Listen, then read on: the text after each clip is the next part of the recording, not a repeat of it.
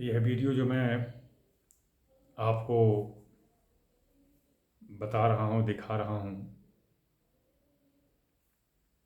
इसको सहेज के रखिएगा। मुझे ऐसा लगता है कि यह प्रसंग या यह विवरण, यह वर्णन आपको शायद कहीं नहीं मिलेगा। शायद कहीं नहीं मिलेगा, मिल भी सकता है। शायद मैं इसलिए कह रहा हूँ क्योंकि बड़े बड़े विद्वान और बड़े बड़े ज्ञानी लोग इस धरती पर मौजूद हैं। एक बात मैं आधार से बताकर उसको आपको समझा रहा हूँ।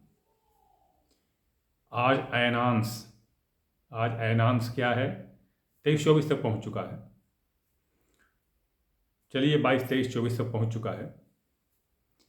तो यह 22-23-24 आखिर 1-2 से शुरू होकर 22-23-24 पर पहुँचा होगा। कभी शून्य होगा और यह अयन का जो अंश जो चलता बढ़ता गया और 1 2 3 10 20 होते हुए आगे बढ़ता गया, तो इस अयनांश के बढ़ने से, निरंतर इसमें वृद्धि से, ग्रहों की स्थिति में भी अंतर आता चला गया है। स्वाभाविक है, जब अयनांश बदलेगा, अयनांश में जब अयनांश कैसे बदलता है, क्योंकि पृथ्वी का आकार बनावट ही इसकी ऐसी है कि उससे हमेशा ये परिवर्तित होता ही रहेगा। हर वर्ष परिवर्तित होता रहेगा। कम से कम एक अंश तो परिवर्तित होता ही चला जा रहा है। और यह धरती का, बताइए, इतने वेग से घूमने वाली धरती अगर एक अंश में घूमती है तो कितना घूम जाएगी, सोच लीजिए। एक केवल चंद्रमा की चाल प्रतिदिन 900 कला है, सोच लीजिए। तो यह कितना विचलन होता होगा, लेकिन हमें अनुभव नहीं होता, इसलिए क्योंकि हम इस महान पृथ्वी पर एक छोटे से प्राणी के रूप में हैं, तो हमको क्या पता होगा। तो तात्पर्य कहने का ये कि तब जब कोई पूजा पाठ होता, चलिए पूजा पाठ की छोड़िए, मैं मुख्य विषय पर आता हूँ। जैसे आज सुन रहे होंगे अभिषेक, महाभिषेक, रुद्राभिषेक, तो ये आज से तो चल नहीं रहा है, ये तो पता नहीं हजारों लाखों साल पहले से हो रहा है। तब ग्रहों की स्थिति क्या रही होगी, अयनांश जब शून्य रहा होगा तो उस समय ग्रहों की स्थिति क्या रही होगी। और तब देश काल स्थिति को देख करके सारे विधान बनाए गए हैं। अंतरिक्ष में या ग्रह मंडल में ग्रहों की स्थिति को देख करके ही कोई विधान बनाया जाता है, ऐसे हवा में विधान नहीं बनाया जाता है। तो जब ये रुद्राभिषेक, अब रुद्राभिषेक जो कराते हैं आप अष्टाध्यायी से, जो 8 अध्याय होते हैं, उस 8 अध्याय में देख लीजिएगा आप कि 8 अलग अलग तरीके के देवताओं का अर्चन है, मंत्र है। जैसे चौथा अध्याय देख लीजिए, सूर्य का होगा। ओम अध्वना मध्यपते प्रमातिर्स्वस्ति में अस्मिन् पथि देवयाने भूयात्। तो ये अलग अलग देवताओं का, तो तात्पर्य कहने का ये है मेरा, 8 हैं, ग्रह 8 ही होते हैं। अब 9 ग्रह तो एक केतु को लेके हो जाते हैं, वरना ग्रह 8 ही होते हैं। तो खैर, तो ये जो है उस स्थिति को ध्यान में रखते हुए तब ये किया गया था। और उसमें कोई विशेष और कोई, जिसको हम अंग्रेजी में प्रिकॉशन कहते हैं, वो लेने की बात नहीं बताई गई थी। स्पष्ट रूप में जो चल रहा था, जो होना चाहिए था, वो बता दिया गया। अभी मैं इसकी एक अंतर कथा आपको बता दे रहा हूँ। जिस समय राक्षस राज के युद्ध में इंद्र हार गए थे, स्वर्ग पर राक्षसों का आधिपत्य हो गया था, कुबेर भाग करके कहीं और जगह ले लिए थे, सब देवी देवता उसके बंधक बन गए थे। जैसे रावण ने नवग्रहों को उठा करके और लंका की नींव में, नींव जो होती है, नींव, घर की नींव, उसमें दबा दिया था। तब सब लोग जो जहाँ लूटपाट मचाना हुआ, जिसको वैसे लूटपाट मचाए।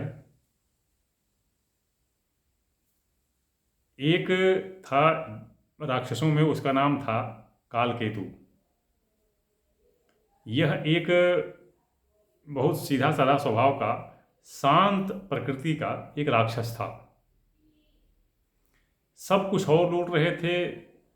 जैसा कि आपको पता होगा, राक्षसों के पास धन की, लक्ष्मी की, सोना चांदी हीरा जवाहरात की कमी नहीं होती थी।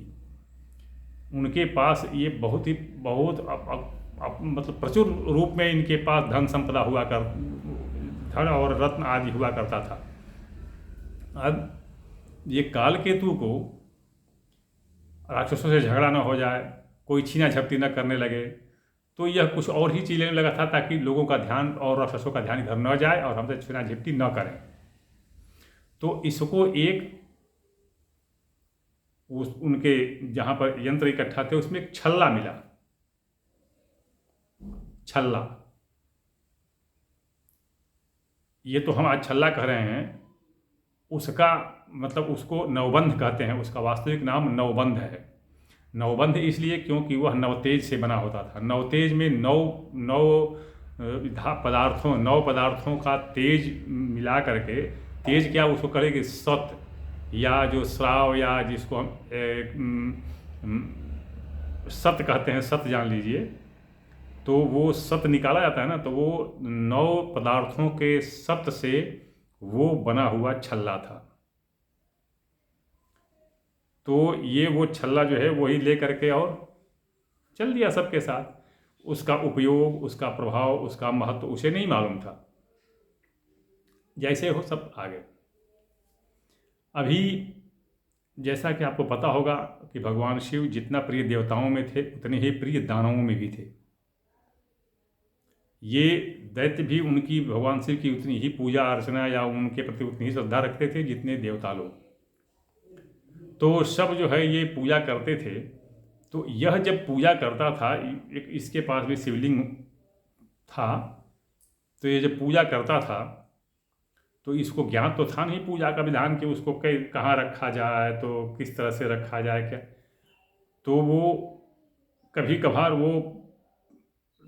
कभार नहीं, सबसे बड़ी बात क्या हो गई थी कि वो बहुत सीधा साधा सरल स्वभाव का था। तो कहीं उसकी पूजा सफल न हो जाए, और अगर पूजा भगवान शिव अगर प्रसन्न हो गए तो और भी मुश्किल डाल देता था। वो दैत्य क्या मांग लेगा। इसलिए इंद्र के मूक आदेश संकेत से जो पवन देव हैं, यद्यपि वो बंधक में थे, लेकिन पवन देव जो हैं वो उसको हिला देते थे और हिलने लगता था। इसकी पूजा में बड़ा विघ्न होता था। इसने क्या किया कि वो जो छल्ला जो लिया था वो छल्ला ऊपर से उसमें डाल दिया। छल्ला डालते ही उस शिवलिंग को बिल्कुल ही स्थिर हो जाना पड़ा। बिल्कुल जैसे जम जाता है वैसे हो जाना पड़ा। और फिर उसके बाद उसने पूजा अर्चना किया। तो पूजा अर्चना करने के बाद वो तो चूँकि यंत्र था और वह नवबंध था, और उस नवतेज से बने उस छल्ले के कारण भगवान शिव को वहाँ पर स्थिर हो जाना पड़ा। अभी उसके प्रभाव से, आपने कालकेतु का नाम सुना, उसके प्रभाव से वह कालकेतु अक्षुण धन संपदा तो पाया ही पाया, समस्त राक्षस कुल का, पूरा दैत्यों का वह अधिपति बन गया। उसके सम्मुख कोई टिकने वाला नहीं होता था। ये कथा लंबी है, वस्तु मैं मुख्य विषय पर आता हूँ कि वह छल्ला जो है, वही छल्ला वर्तमान समय में जब भी आप अभिषेक करते हैं तो वो शिवलिंग के ऊपर उसको पहना दें। देखिए यह जो है ये वर्तमान समय को देखते हुए कहा, क्योंकि कि आज का समय है अर्थयुग। सर्वे गुणाः कांचनमाश्रयन्ति। जिसके पास आज पैसा नहीं है वो किसी काम का आदमी नहीं है। A man without money is like a बो विदाउट एन एरो। कंगाली तेरे 3 नाम, लुच्चा गुंडा बेईमान। तो वर्तमान समय में चूँकि अर्थयुग है, इसको ध्यान में रखते हुए आज के शिव की पूजा या रुद्राभिषेक या महाभिषेक जो भी हो, उसको करने के लिए उस छल्ला को डालना आवश्यक है। यही नहीं, ये जो ग्रहों की जो विचित्रता हो गई है ये अयनांश के बदलने से, और जो उनके कक्षाओं में जो निरंतर विचलन, कभी वक्री, कभी मार्गी, कभी समागम, कभी युद्ध इत्यादि अंतरिक्ष में होते रहते हैं, उनको ध्यान में रखते हुए उस शिवलिंग को, उसके विकिरण को, ये तो जब मैं बताया आपको, कथा बताया, ये जो पुराणों और साहित्यों में, ग्रंथों में है, ये छल्ला जो है ये उसमें डालने से जो ग्रहों का जो विचलन है, जो आज कहीं और जगह है, मतलब उनमें स्खलन, जिसको डेविएशन कहते हैं, तो उनमें जो पैदा हो गया है उसके कारण से उत्पन्न विक्षोभ उस शिवलिंग को प्रभावित नहीं कर सकता है, पहली बात। दूसरी बात कि आपको जिस उद्देश्य से आज रुद्राभिषेक करना है, 3 चीज: पास बंधन, कर्ज मुक्ति और अर्थ प्राप्ति। तो ये जो है, ये इसके लिए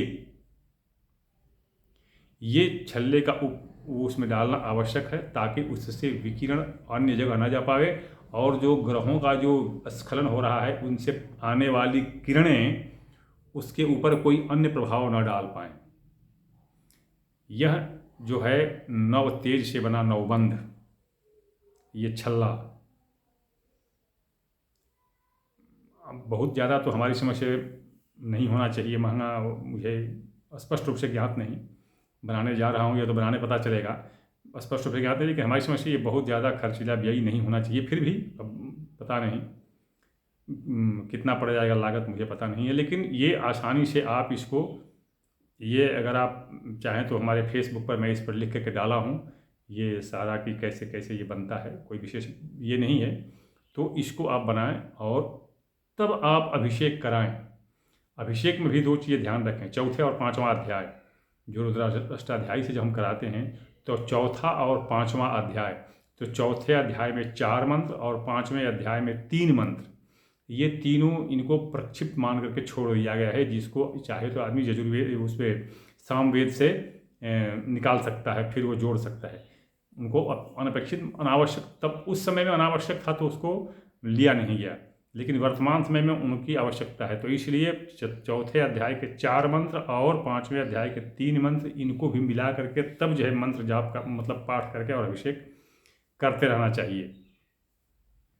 फिर मैं एक बात और बता दूं कि आप इसको करके देखिए और फिर देखिए कि इसका परिणाम क्या होता है। देखिए, वर्तमान समय तो आज किसी को विश्वास होगा नहीं, किसी को विश्वास नहीं होगा, क्योंकि पता नहीं हम जैसे कितने पंडित ऐसे ढोंगी पाखंडी हो चुके हैं जो क्या क्या कह दिए हैं, और लोगों का विश्वास उठता चला जा रहा है, उठता चला, ये यंत्र मंत्र तंत्र से विश्वास उठता चला जा रहा है। तो इसलिए इसको जो है थोड़ा वर्तमान समय के विज्ञान के रूप में बताना आवश्यक हो जाता है। मैं बहुत वीडियो लंबी हो रही है, लेकिन एक छोटी सी चीज़, छोटा उदाहरण बता रहा हूँ, छोटा उदाहरण। देखिए, वर्तमान समय में प्रत्येक व्यक्ति चाहता है कि उसका बेटा इंजीनियर, डॉक्टर, वकील, बहुत बड़ा विद्वान, बहुत बड़ा वैज्ञानिक बने। सब चाहते हैं, पंडित भी चाहते हैं, मैं भी चाहता हूँ। खैर, मेरे तो दोनों पुत्र अध्यापक हैं, चलिए खैर, मतलब सबकी बात बता रहा हूँ। तो अभी ये देखिए, ये एक शिवलिंग सामान्य रूप में किस चीज़ का होता है? पत्थर का, सामान्य रूप में, बाकी तो कोई जिस धातु का चाहे बनवा ले। पत्थर का रासायनिक सूत्र क्या होता है? अरे आज मैं, चूँकि मैकाले और जो मैक्स मुलर के वंशज के हैं, जो विज्ञान करते हैं, मैं उन्हीं की भाषा में बता रहा हूँ कि उनका रासायनिक सूत्र क्या है। चलिए, कुछ नहीं तो एक पत्थर का होता है या चूना का होता है कैल्शियम कार्बोनेट। अब उस पर यदि हम नमक का या इमली का या गंधक का, किसी का भी अम्ल, जैसे सल्फ्यूरिक एसिड, नाइट्रिक एसिड या हाइड्रोक्लोरिक एसिड, कुछ भी डालते हैं तो उसमें से क्या निकलेगा? कक्षा 6 में पढ़ाया जाता है कि एक प्रश्न पूछा जाता है, क्विज पूछा जाता है कि यदि ताजमहल पर हाइड्रोक्लोरिक एसिड डाल दिया तो क्या होगा? सीधा सीधा कार्बन डाइऑक्साइड निकलेगी, कार्बन डाइऑक्साइड निकलेगी। अब आप ये बताइए कि जिस पत्थर पर, मतलब वो शिवलिंग पर, जिस पत्थर पर tartaric acid, turmeric acid, acetic acid, salicylic acid, पता नहीं, हल्दी, कुमकुम, शहद, दूध, दही, घी, क्या क्या हो, वही चीज़, जैसे हल्दी को टर्मेरिक एसिड, तो यदि डालते हैं तो उसमें से क्या निकलेगा? तो इसको विज्ञान या तो छिपाता है या कहता क्या है कि यहाँ some invisible gas is released, invisible gas कुछ निकलती है। और ज़्यादा टोका टोकी करोगे तो कहें करे भाई वही होगा, कुछ वो आइसोटोप्स होंगे समस्थानिक हाइड्रोजन या हीलियम के। स्पष्ट या तो जानकारी नहीं है या कहीं ऐसा नहीं है कि उनके विज्ञान पर ये प्रभावित हो जाए, इसलिए छिपाते हैं। जैसे भी हो, चलिए जो उनका ही कहा मान लीजिए, मान लेते हैं कि आइसोटोप्स निकलते हैं हाइड्रोजन हीलियम के। आपको जानना चाहिए कि हाइड्रोजन और हीलियम दोनों अति ज्वलनशील, अदृश्य और अति ज्वलनशील, हाईली इनफ्लेमेबल इनविजिबल गैसेज हैं। तो अब सोचिए कि उस पत्थर से जब ये निकलता है, हाईली इनफ्लेमेबल होती हैं। देखिए यही कारण है कि भगवान शिव के सिर पर गंगा की अवधारणा की गई है कि भगवान शिव के सिर पर गंगा जी बहती रहती हैं। क्यों? What is the reason behind it? That is only to dilute radiation of that Shivling stone piece. उस शिवलिंग का जो होता है उसके रेडिएशन को डाइल्यूट करके बहाने के लिए a picture full of water is suppose on the head of lord Shiva और शिवलिंग। टपकता रहता है पानी, वो पानी टपकता रहता है और उसके रेडिएशन को, शिवलिंग के रेडिएशन को धो धो करके और डाइल्यूट करके बहाता रहता है रेडिएशन को। इसीलिए जो शिवलिंग से जो पानी निकलता है उसको लांघने के लिए मना किया गया है। आप देखते होंगे शिवलिंग की पूरी परिक्रमा कोई नहीं करता है, जहाँ से पानी बहता है वहाँ से लौट आता है। क्यों? क्योंकि जिसकी आदत पड़ गई, जो नियमित रूप से जो उसकी पूरी परिक्रमा करेगा, तो उस पानी से निकलने वाली रेडियो एक्टिव रेज के कारण उसका WBC, व्हाइट ब्लड कॉर्पसल, टूट जाएगा और फिर वो क्रॉनिक लेप्रेसी का मरीज हो जाएगा और भी विघ्न बाधा और भी व्याधि हो सकती है। ये विज्ञान सिद्ध है, ये विज्ञान सिद्ध है। इसी को ऋग्वेद में कहा गया है कि ओम अग्निमीरे पुरोहितस्य देवं मृत्युंजयं होतारं रत्नधातमम्। इसको सम्मुख करके पूजा मत कीजिए। पुरोहितस्य, आगे जाकर के इसको सामने बैठ के पूजा मत कीजिए। क्यों? क्योंकि सामने तो वही रेडिएशन निकलता है। यही कारण है कि सामने, शिवलिंग के ठीक सामने जहाँ पानी बहता है वहाँ पर नंदी भगवान को बिठा दिया जाता है, नंदी भगवान को बिठा दिया जाता है। और होतारम रत्नधात्म अगर चारों ओर बैठते हैं तो होतारम रत्नधात्म चारों ओर बैठते हैं तो जो होता है, जो पुजारी हैं, जो यजमान हैं, उनको धन, रत्न, यश सब कुछ मिलता है। तो यदि आप इस तरह से अपने बेटे को समझाएंगे आज की भाषा में, विज्ञान की भाषा में, तो वो न चाहते हुए भी शिवलिंग पर ऐसे ही जल चढ़ाएगा। चलिए कुछ नहीं, मतलब ऐसे ही जल चढ़ाएगा। तो जब इस तरह से ये मैकाले मैक्स मूलर के सिद्धांत को मतलब कि पराभूत करने वाले हमारे सैद्धांतिक नियमों को बताया जाएगा, तब जाकर किसी को विश्वास होगा। और ये जरूरी भी है, वर्तमान समय में जरूरी भी है, ताकि लोग ढोंग और पाखंड न फैला पाएँ, वास्तविकता से लोग परिचित हो जाएं, इसकी सैद्धांतिकता से लोग परिचित हो जाएं। तो ये जो है इसकी वैज्ञानिक भूमिका है। और वो नौतेज छल्ला जो है उसका पूरा विवरण दूंगा तो वीडियो तो हमारी बिल्कुल क्या हो जाएगी। खैर फेसबुक पर पढ़ लीजिएगा, वो दिया है। तो वो उसमें भी ऐसे यही एलिमेंट्स, तत्व होते हैं, जो पदार्थ होते हैं, मटेरियल, जिसके कारण से उस शिवलिंग के चारों तरफ निकलने वाले विकिरण को खुद ही डाइल्यूट करते जाते हैं और अपने आप में ऑब्जर्व करते हैं। और जो किरणें जो ऊपर से जो डेविएटेड होने के बाद जो आती हैं किरणें, उनको वह भी ऑब्जर्व करता है। फिर शिव का अभिषेक जो है आपके लिए परम पुण्यदायी हो जाता है और आज के लिए आवश्यक भी है। और आज के अयनांश में जितने ग्रहों का आस्कलन हुआ है उसके लिए आवश्यक भी है कि उसी तरह से की जाए।